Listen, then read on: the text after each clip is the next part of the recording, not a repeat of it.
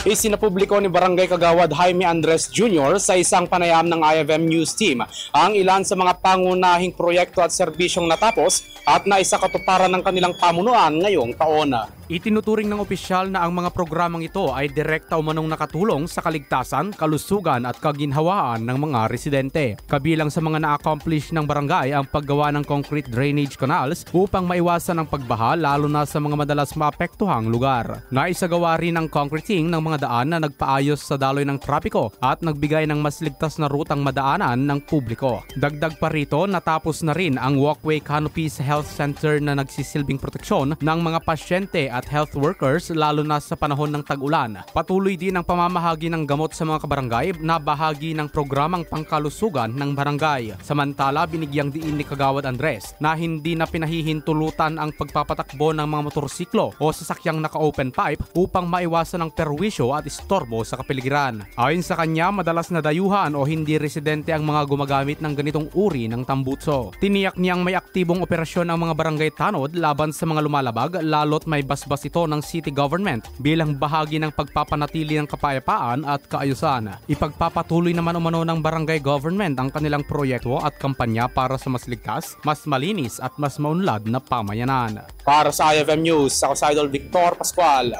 Idol! IFM News.